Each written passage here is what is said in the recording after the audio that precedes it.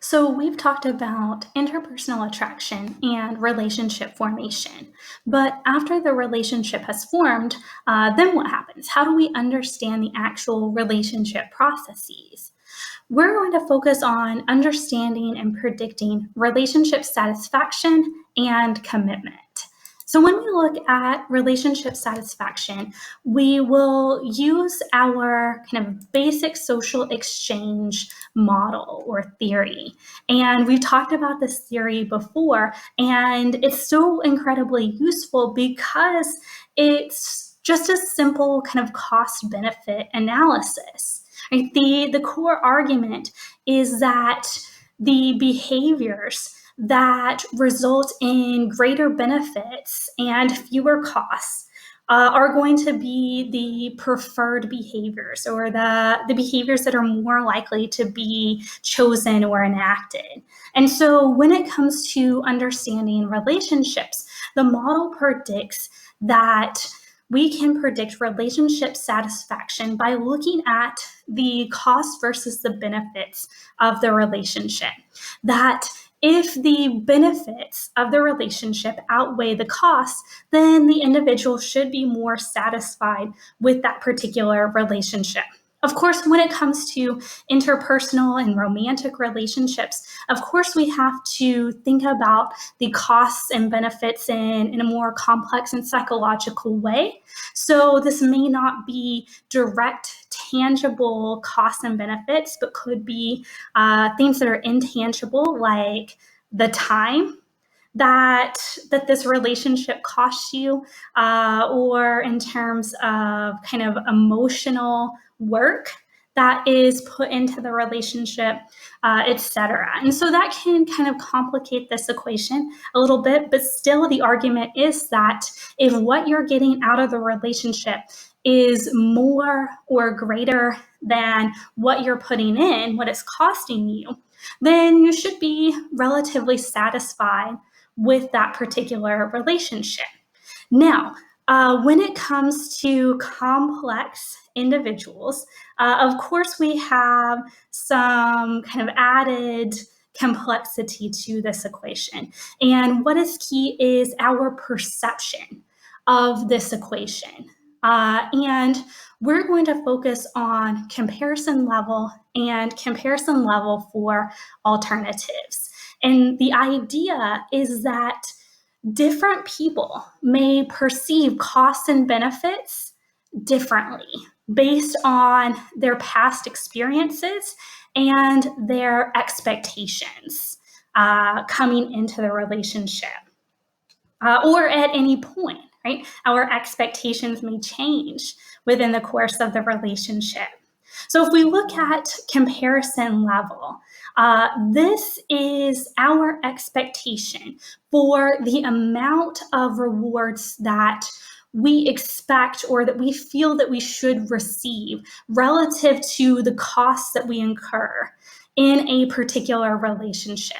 And it's believed that our comparison level is developed and based on our past experiences. So, based on our past relationships, what have we come to expect in terms of how much we should benefit in a relationship and how much a relationship should cost us relative to those rewards or benefits?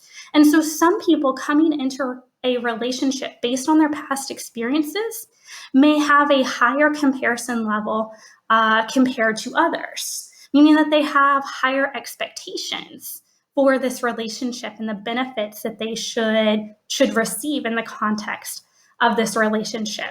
So maybe based on their past experiences, they have been essentially over benefited in a relationship.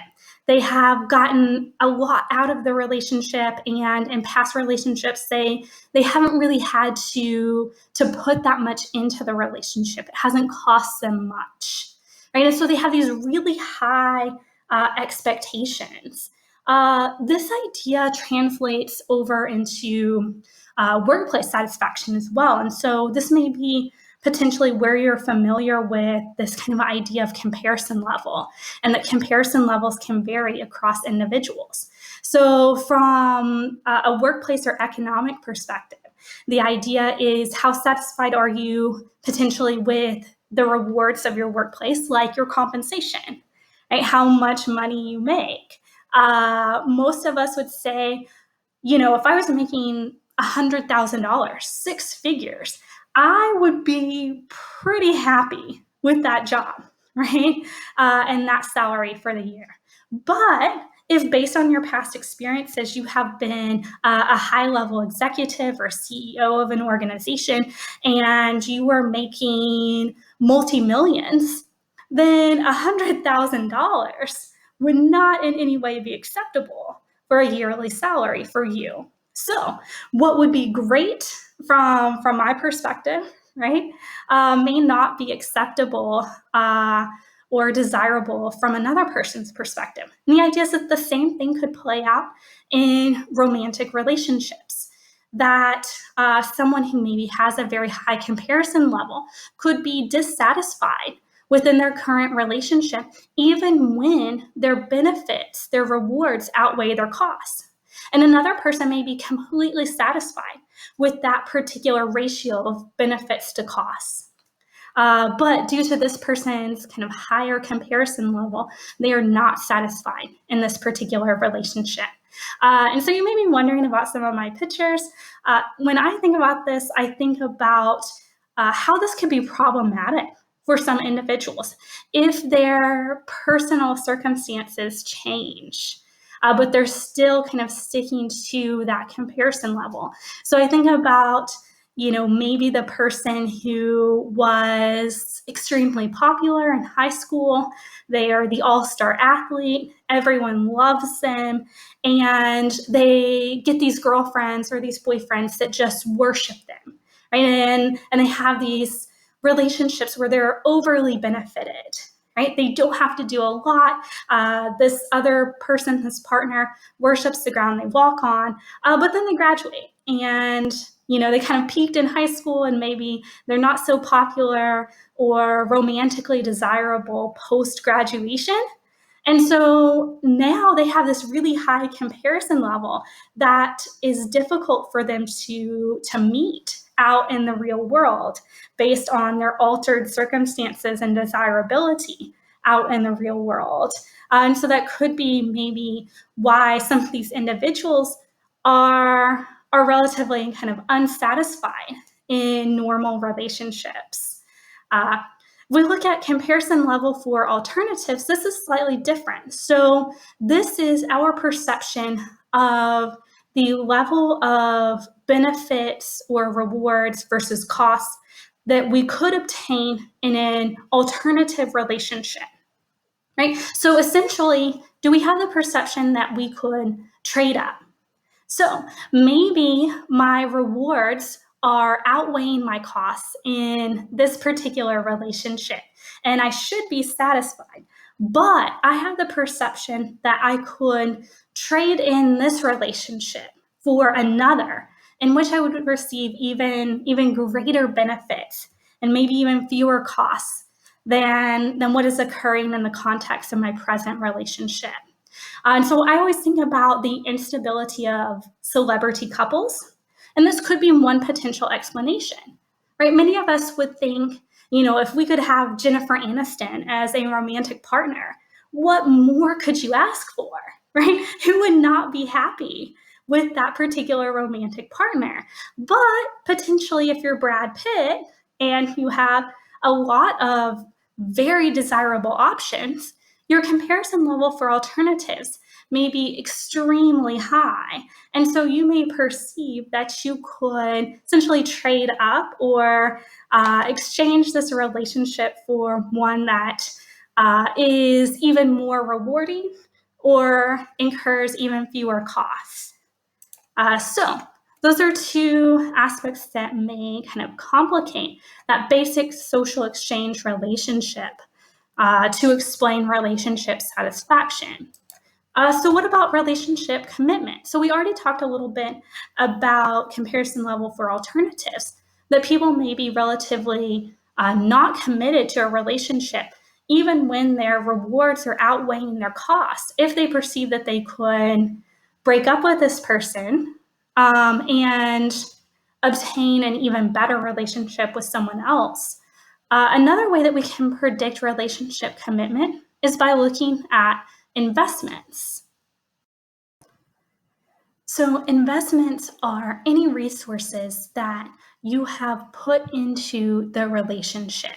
So, this could be financial investments, this could be investments of time and energy.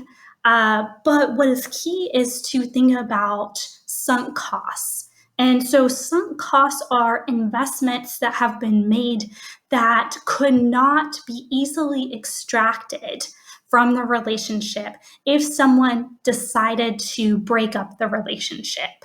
And so the perception is that this individual has invested heavily in the relationship and that these are sunk costs, that these are investments that would have to be abandoned if the individual decided to exit the relationship. Or at the very least, that it would be extremely difficult to extract those resources or investments post breakup. And so you can think about this as predicting more relationship commitment than satisfaction, because these sunk costs don't necessarily lead to satisfaction, but it could make it more difficult to exit the relationship, even if someone is dissatisfied or unhappy with that relationship. And so you can think about individuals who maybe share custody of a child, right? So that child is, in some sense, an investment in the relationship. It's a shared resource, and it could make it difficult for an individual to exit that relationship with that child present. You can think about shared finances, maybe a shared home, a mortgage. That could make it very difficult for that individual to leave the relationship, even if their satisfaction level is low. And so, this can help to explain why we may see high levels of relationship commitment and stability, even when relationship satisfaction is low. Satisfaction may be only one predictor of relationship commitment and stability. Level of investment, and particularly sunk costs, may be another predictor.